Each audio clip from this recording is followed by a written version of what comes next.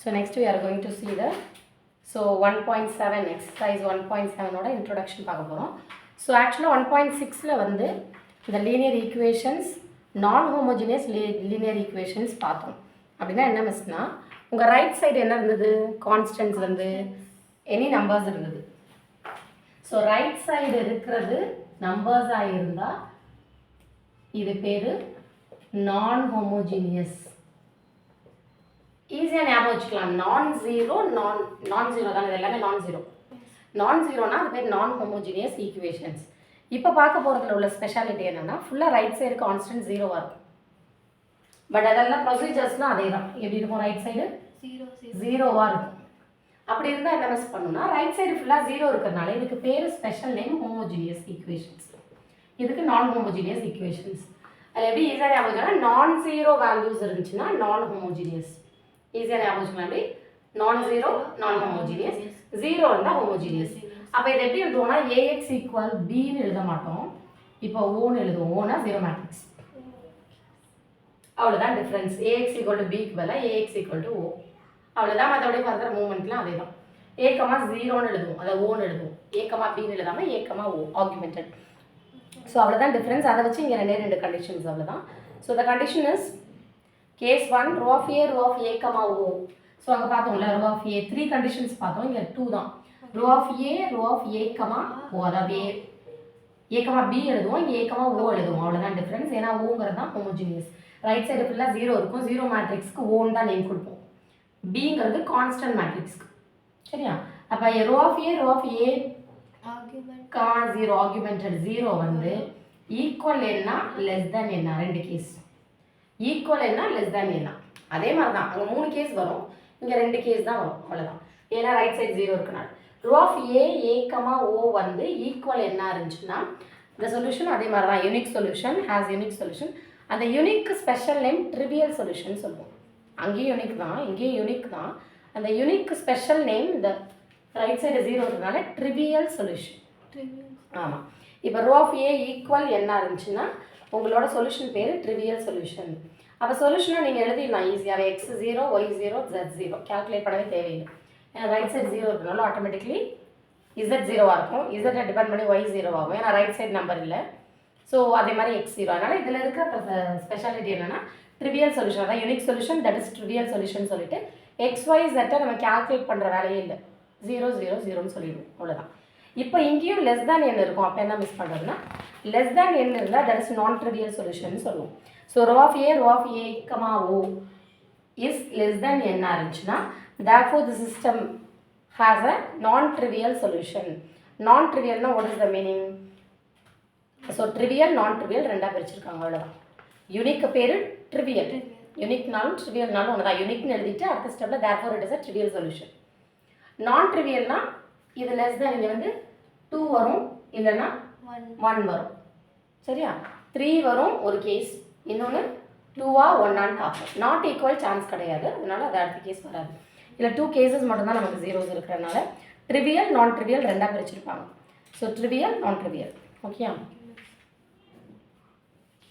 அவ்வளோதான். மற்றபடி ஃபார்மேட் எல்லாம் அதே சேம் ப்ரொசீஜர் தான். So exercise 1.7ல்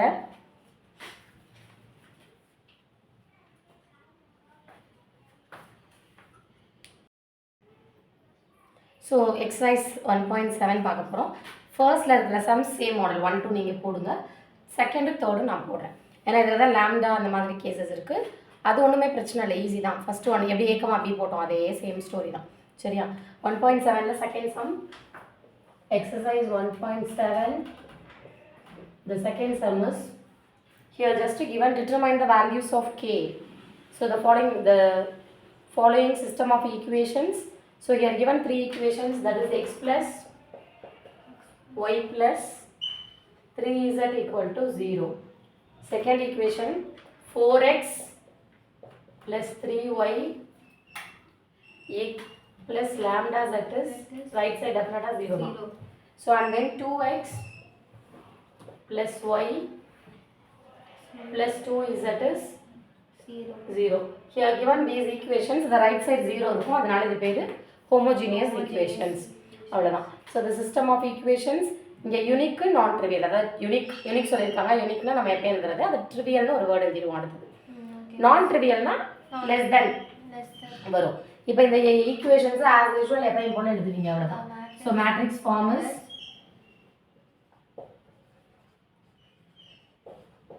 AX equals O.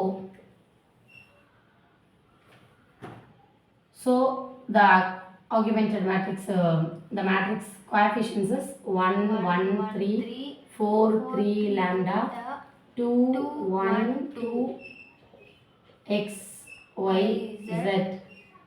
Here 0, 0, 0. So இதில் என்னன்னா இது A, இது X, இது O. நீங்கள் பீன் எழுதினாலும் ஒன்றும் இஷ்யூஸ் இல்லை, உங்கள் புக்கில் ஃபாலோ பண்ணுறாங்க பீன் கூட எழுதிக்கலான்னு. ஸோ பீன் வேணாலும் நீங்கள் எழுதிக்கலாம், ஒன்றும் இஷ்யூ இல்லை. இங்கே எழுதினாலும் ஓகே, நோ ப்ராப்ளம். அதே எனக்கு பழகிடுச்சுன்னா அதே எழுதிக்கலாம்.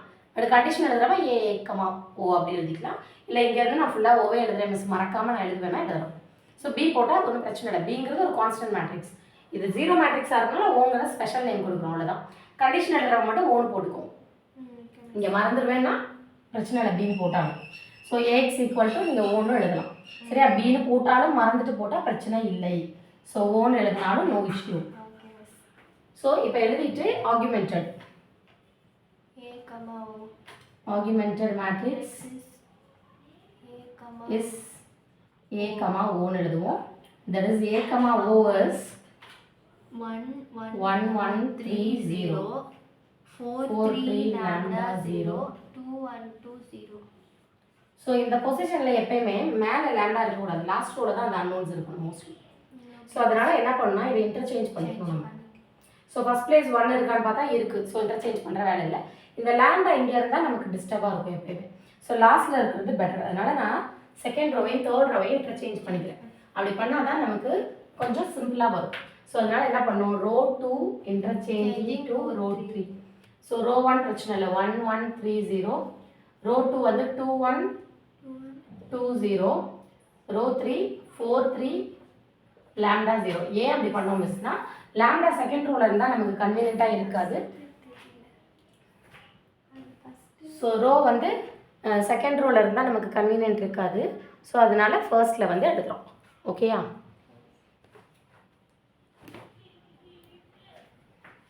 ஸோ அப்போ ஃபஸ்ட்டு வந்து இன்டர்சேஞ்சிங் பண்ணுறோம். இந்த லேம்டா வந்து தேர்ட் ரோவில் தான் இருக்கணுங்கிறதுனால. இதுக்கப்புறம் ஆஸ் யூஷுவல் இந்த பொசிஷன் 0, இந்த பொசிஷன் 0. ஸோ செகண்ட் ரோ என்ன பண்ணுவோம் 0 ஆக்கிறதுக்கு, R2 implies R2 minus 2R1. Very good. So first row அப்படியே எழுதிப்போம். Second row 2 minus 2 0. Here 1 minus 2 minus 1. 2 minus 6. 2 minus 6. 0 minus 0, that is 0. Here R3 implies R3 minus 4R1. Here 4 இருக்குன்னா 4 ஓட பண்ணுறோம். It is also 0. 3 minus 4 minus 1. Lambda minus 4 into 3 minus 12. Here 0. 0. இப்போ இந்த பொசிஷனில் இன்னும் ஒன்றே ஒரு பிளேஸ் இருக்குது. இதுக்கு R2 தான் யூஸ் பண்ணணும். ஸோ ரெண்டும் சேம் சைனாக இருக்குது. சப்ராக்ட் பண்ணாலே ஆட்டோமேட்டிக்காக கேன்சல் ஆகிடும். அப்போ R3 implies R3 minus R2 பண்ணால் போதும். ஸோ 1, 1, 3, 0. 0 minus 1 minus 4 0. இங்கே பண்ணுறப்ப 0, மைனஸ் பண்ணுறப்ப 0. லேம்டா மைனஸ் 12, இங்கே ஒரு மைனஸ் பண்ணுறப்ப ப்ளஸ் 4 ஆகும். minus 12 plus 4 minus 12 plus 4.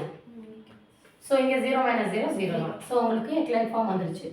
The last equivalent matrix is in the row echelon form. அந்த ஸ்டோரி எழுதிடணும். ரோ எக்லைன் ஃபார்ம் எழுதிட்டோம். ஓகே. ஸோ இங்கே கேசஸ் கொடுத்துருக்காங்க, unique and then non trivial. Okay. So unique and then non ட்ரிவியல்னா, so இப்போ நான் பண்ண வேண்டியது யூனிக், ஒரு கேஸ் யூனிக், அடுத்தது non trivial. So unique as usual நமக்கு தெரியும் இல்லையா, வாட் இஸ் த கேஸ்?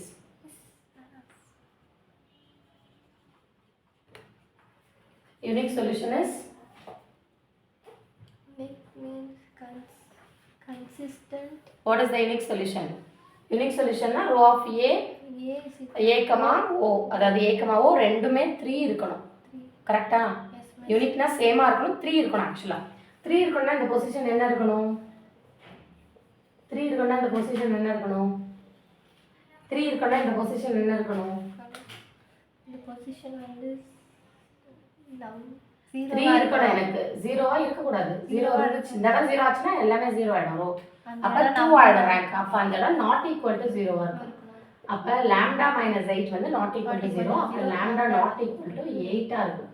இப்போ 8ஐ தவிர லாம்டால இந்த இடத்துல எது வந்தாலும் நமக்கு ரோ ஆஃப் ஏவும் 3, ரோ ஆஃப் ஏ கமா பியும் 3. Therefore row of A equals row of A comma B, that is 3, that is n.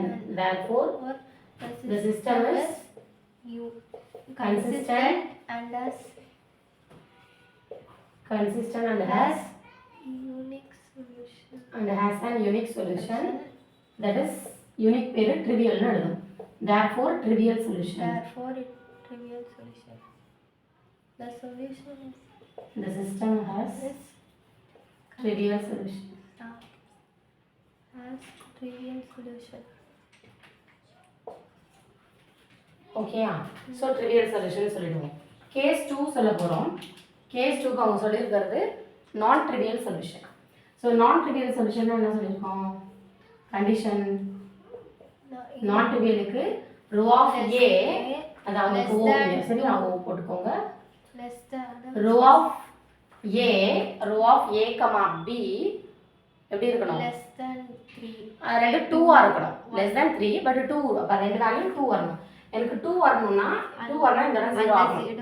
அப்போ லாம்டா மைனஸ் 8 0 ஆனாதான் எனக்கு இதுக்கும் 2 தான் வரும், ஏ கமா பிக்கும் 2 தான் வரும். அது clear?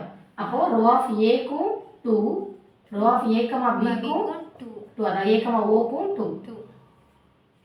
Okay.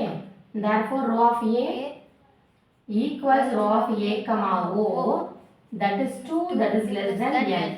Therefore the system is consistent and has non-trivial solutions. Non-trivial solutions. And has a non-trivial solutions. Non-trivial solution nu mudichidum. Very clear? Important and then easy. Okay. Next class avladhaan. So next class we will meet. So bye bye students.